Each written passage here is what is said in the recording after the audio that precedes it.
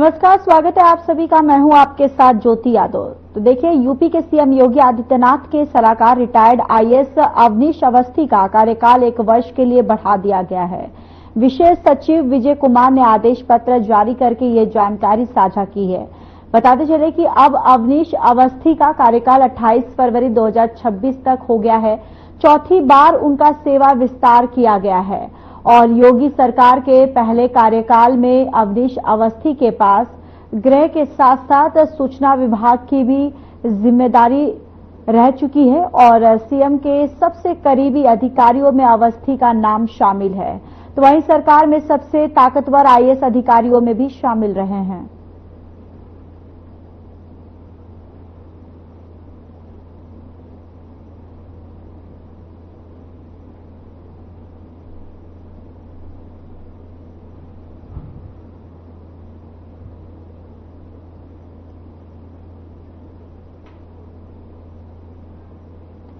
भारत मंडपम में NXT conclave 2025 में प्रधानमंत्री नरेंद्र मोदी ने कहा कि भारत कई वैश्विक शिखर सम्मेलनों का नेतृत्व कर रहा है और हाल ही में मुझे फ्रांस में एआई शिखर सम्मेलन में भाग लेने का अवसर मिला। दुनिया को एआई फ्यूचर की तरफ से ले जाने वाली इस समिट का भारत को होस्ट था और अब इसको होस्ट करने का जिम्मा भारत के पास है। और साथ ही उन्होंने कहा कि भारत ने G20 शिखर सम्मेलन की सफलतापूर्वक मेजबानी की थी।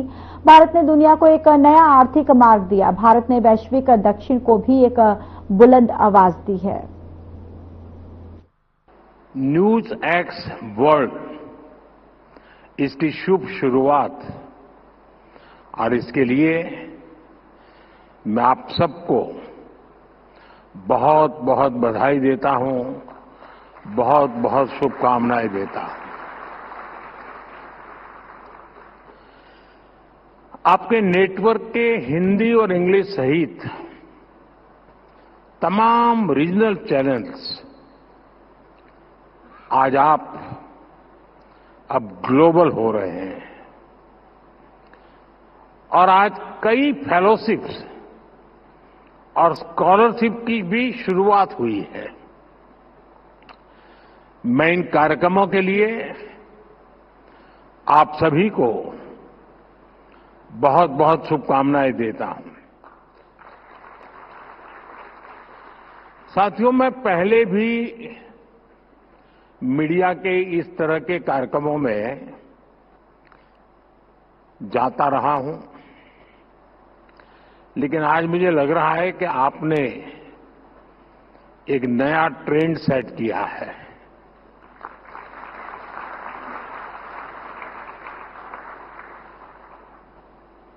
और मैं इसके लिए भी आपको बहुत बहुत बधाई देता हूं।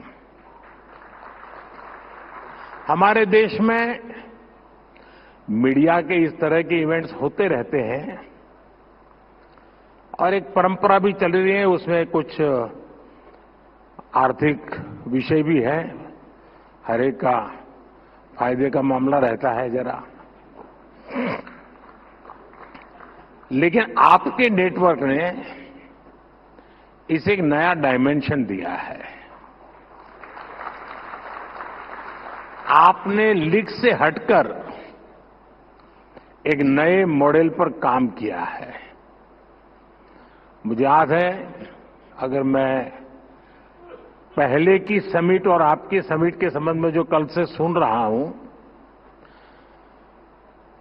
पहले जो समिट अलग अलग मीडिया हाउस ने की है वो नेता सेंट्रिक रही है। मुझे खुशी है ये नीति सेंट्रिक है। यहां नीतियों की चर्चा हो रही है। ज्यादातर इवेंट जो हुए हैं वे बीते हुए कल के आधार पर वर्तमान की नुक्तेचीनी वाले रहे हैं। मैं देख रहा हूं कि आपका ये समिट आने वाली कल को समर्पित है। मैं देखता था कि पहले जितने भी ऐसे कार्यक्रमों को मैंने दूर से देखा या खुद हुआ गया, वहां विवाद का महत्व ज्यादा था, यहां संवाद का महत्व ज्यादा है। और मुझे पक्का विश्वास है। और दूसरा, जितने भी मैं इवेंट्स में गया हूं, एक छोटे से कमरे में होते हैं और अपने अपने लोग होते हैं। यहां इतने विशाल समारोह को देखना, और वो भी एक मीडिया हाउस के समारोह को, और जीवन के सभी क्षेत्रों को स्पर्श किए हुए लोग यहां होना, ये अपने आप में बहुत बड़ी बात है।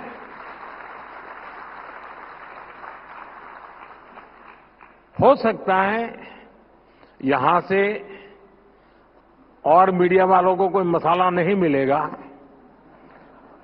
लेकिन देश को भरपूर प्रेरणा मिलेगी, क्योंकि यहां हुए हर व्यक्ति के विचार देश को प्रेरणा देने वाले विचार होंगे। उम्मीद है कि इस ट्रेंड को,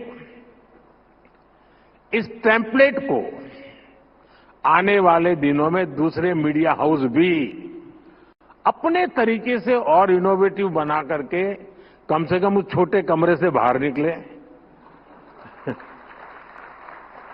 साथियों, 21वीं सदी के भारत पर आज पूरी दुनिया की नजर है। दुनिया भर के लोग भारत आना चाहते हैं, भारत को जानना चाहते हैं। आज भारत दुनिया का वो देश है जहां पॉजिटिव न्यूज लगातार क्रिएट हो रही है। न्यूज मैन्युफैक्चर नहीं करना पड़ रहा है। जहां हर रोज नए रिकॉर्ड बन रहे हैं, कुछ न कुछ नया हो रहा है। अभी 26 फरवरी को ही प्रयागराज में एकता का महाकुंभ संपन्न हुआ है। पूरी दुनिया हैरान है कि कैसे एक अस्थायी शहर में एक टेम्पररी व्यवस्था, नदी के तट पे करोड़ों लोगों का आना, सैकड़ों किलोमीटर की यात्रा करके आना और पवित्र स्नान करके भाव से भर जाना। आज दुनिया भारत की ऑर्गेनाइजिंग और इनोवेटिंग स्किल्स देख रही है। हम सेमीकंडक्टर से लेकर एयरक्राफ्ट कैरियर्स तक यहीं पर मैन्युफैक्चर कर रहे हैं। दुनिया भारत की इसी सफलता को विस्तार से जानना चाहती है। मैं समझता हूं कि न्यूज एक्स वर्ल्ड अपने आप में एक बहुत बड़ा अवसर है। साथियों, कुछ महीने पहले ही भारत ने दुनिया के सबसे बड़े चुनाव कराए हैं। 60 साल बाद ऐसा हुआ जब भारत में कोई सरकार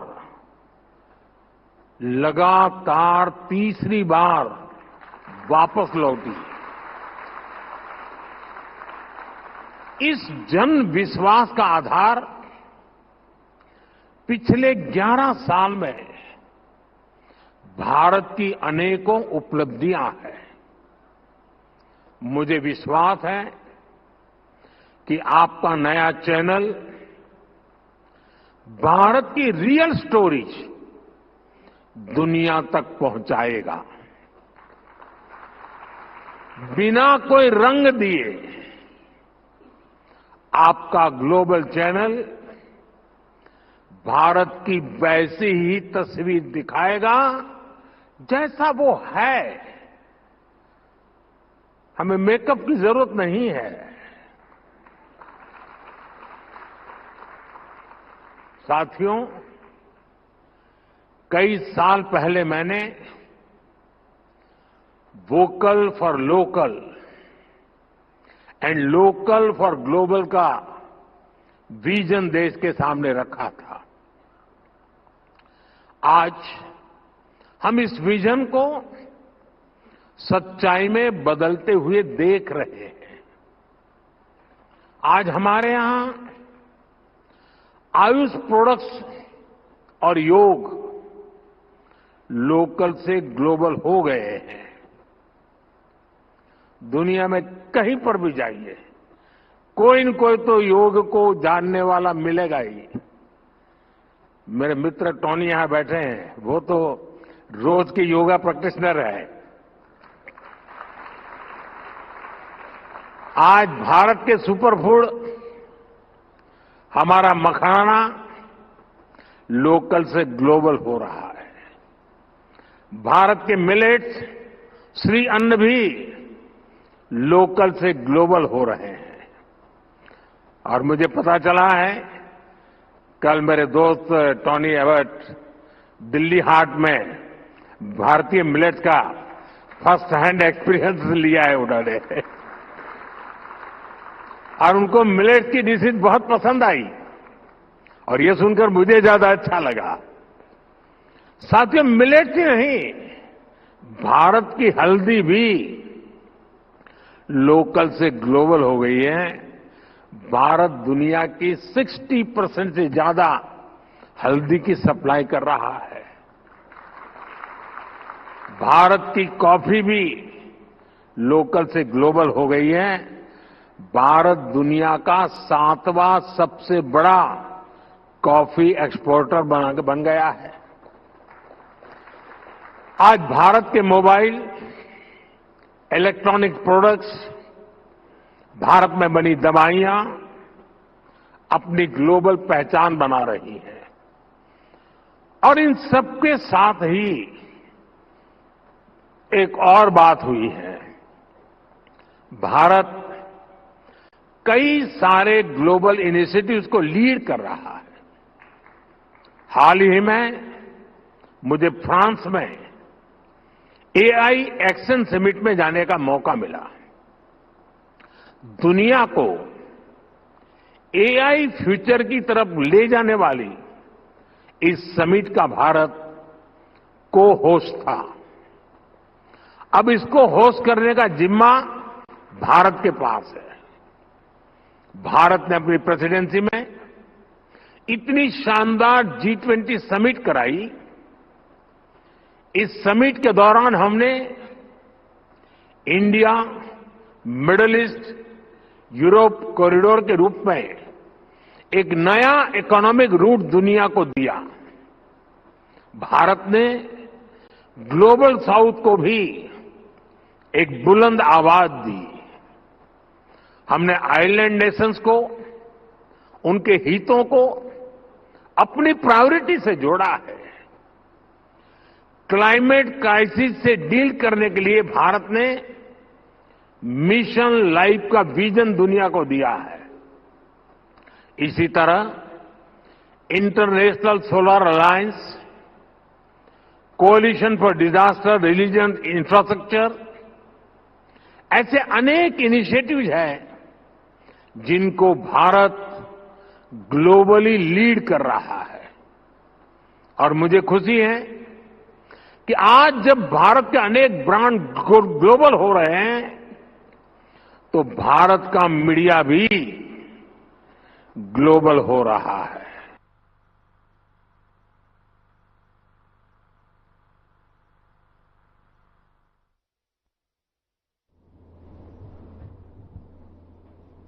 एक मार्च को रूसी अंतरिक्ष यात्री 3 आईएसएस और अभियानों के प्रतिभागी ओलेग और ऑटोमेव ने आईटीवी नेटवर्क द्वारा आयोजित एनएक्सटी कॉन्क्लेव के मौके पर भारत के प्रधानमंत्री नरेंद्र मोदी के साथ बैठक की है।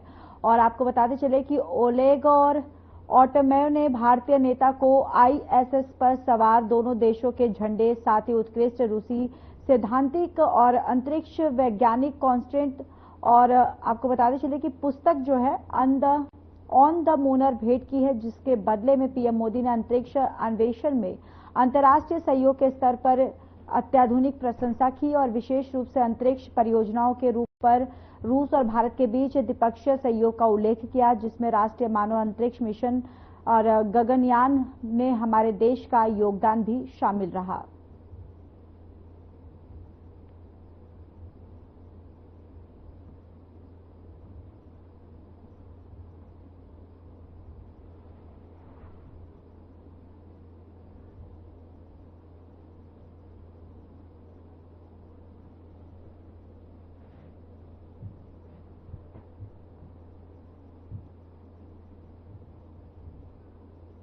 प्रधानमंत्री नरेंद्र मोदी वीडियो कॉन्फ्रेंसिंग के माध्यम से कृषि और ग्रामीण समृद्धि पर पोस्टर बजट वेबिनार को संबोधित किया और इस दौरान उन्होंने कहा कि हमारे प्रयासों से देश में दालों का उत्पादन बढ़ा है, लेकिन अभी भी हमारी घरेलू खपत का 20% विदेशों से आयात पर निर्भर है, जिसका मतलब है कि हमें अपना दलहन उत्पादन बढ़ाना होगा। और इसके साथ ही उन्होंने कहा कि दलहन उत्पादन में तेजी लाने के लिए जरूरी है कि उन्नत बीजों की आपूर्ति बनी रहे और संकर किस्मों को बढ़ावा दिया जाए और इसके लिए आप सभी को जलवायु परिवर्तन, बाजार की अनिश्चितता और कीमतों में उतार चढ़ाव जैसी चुनौतियों के समाधान पर ध्यान जो है वो केंद्रित करना होगा।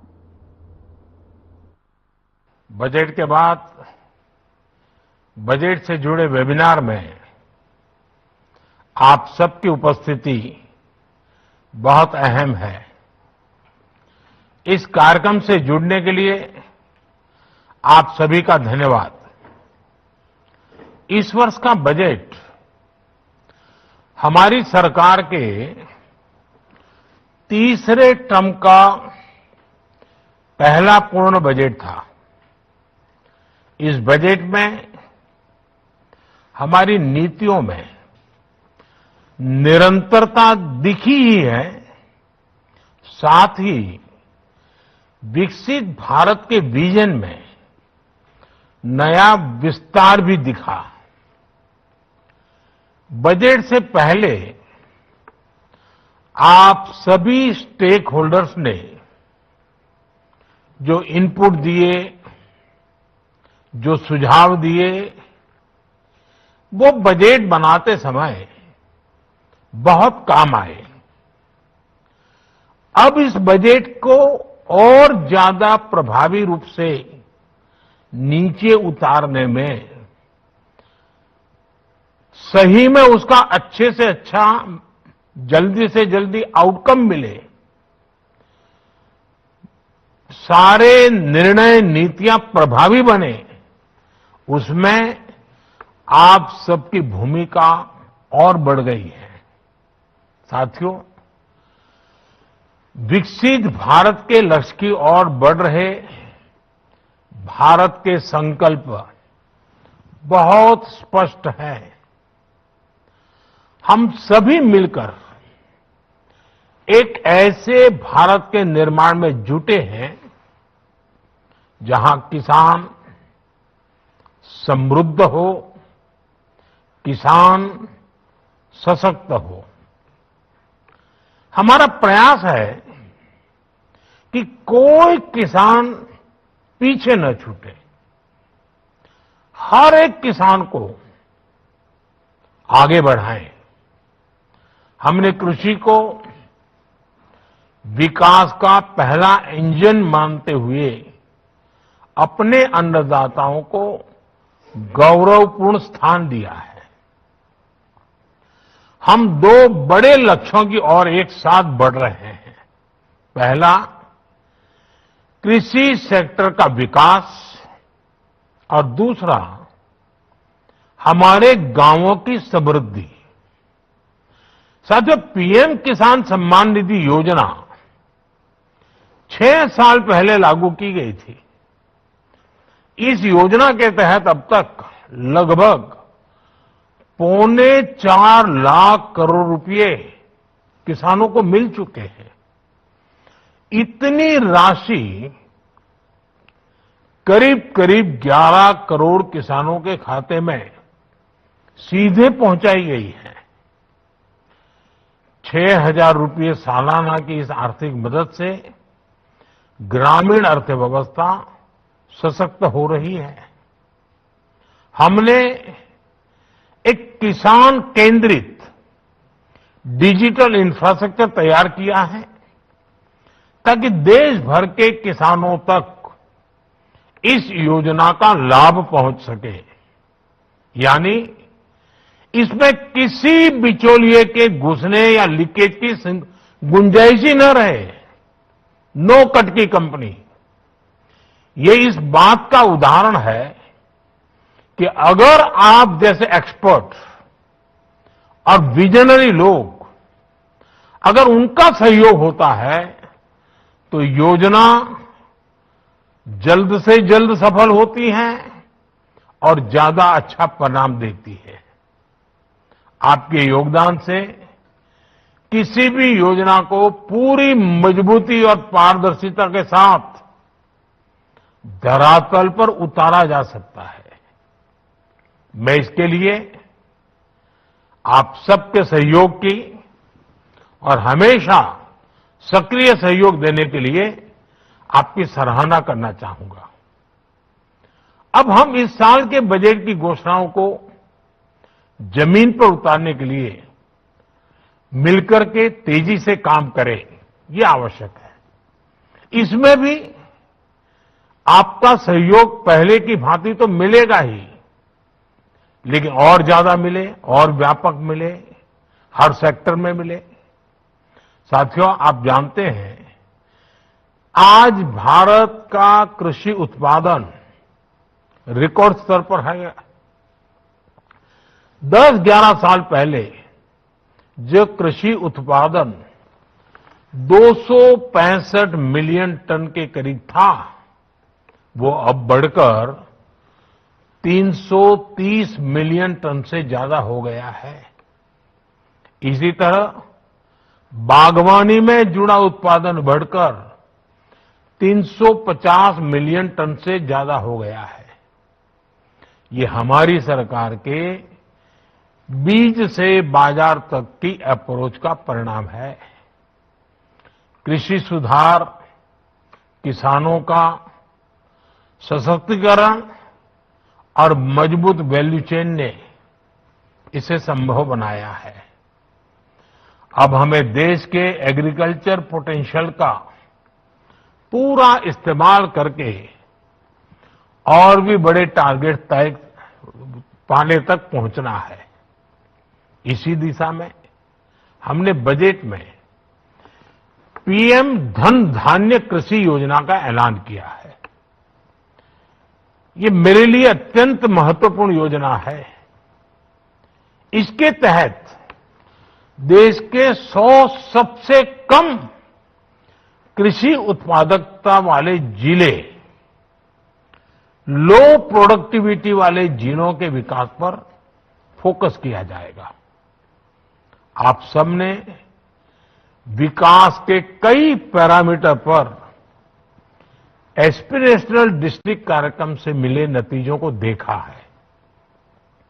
इन जिलों को कोलैबोरेशन, गवर्नेंस और हेल्दी कंपटीशन का और कन्वर्जेंस का बहुत फायदा मिल रहा है।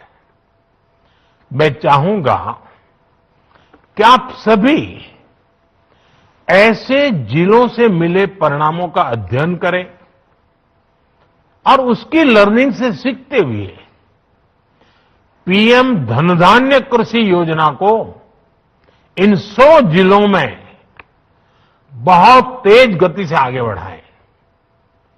इससे इन 100 जिलों में किसानों की आय बढ़ाने में मदद मिलेगी। साथियों, पिछले कुछ वर्षों में हमारे प्रयासों से देश में दाल का उत्पादन बढ़ा है और इसके लिए मैं किसानों का अभिनंदन भी करता हूं। लेकिन अभी भी हमारी घरेलू खपत का 20% विदेशों पर निर्भर है, आयात पर निर्भर है। यानी हमें बुलेटिन में मेरे साथ इतना ही, पर अब वक्त हो चला है डॉक्टर राकेश गुप्ता के साथ हमारे खास कार्यक्रम प्लस माइनस का। नमस्कार दोस्तों, आजकल नई दिल्ली में रानी झांसी रोड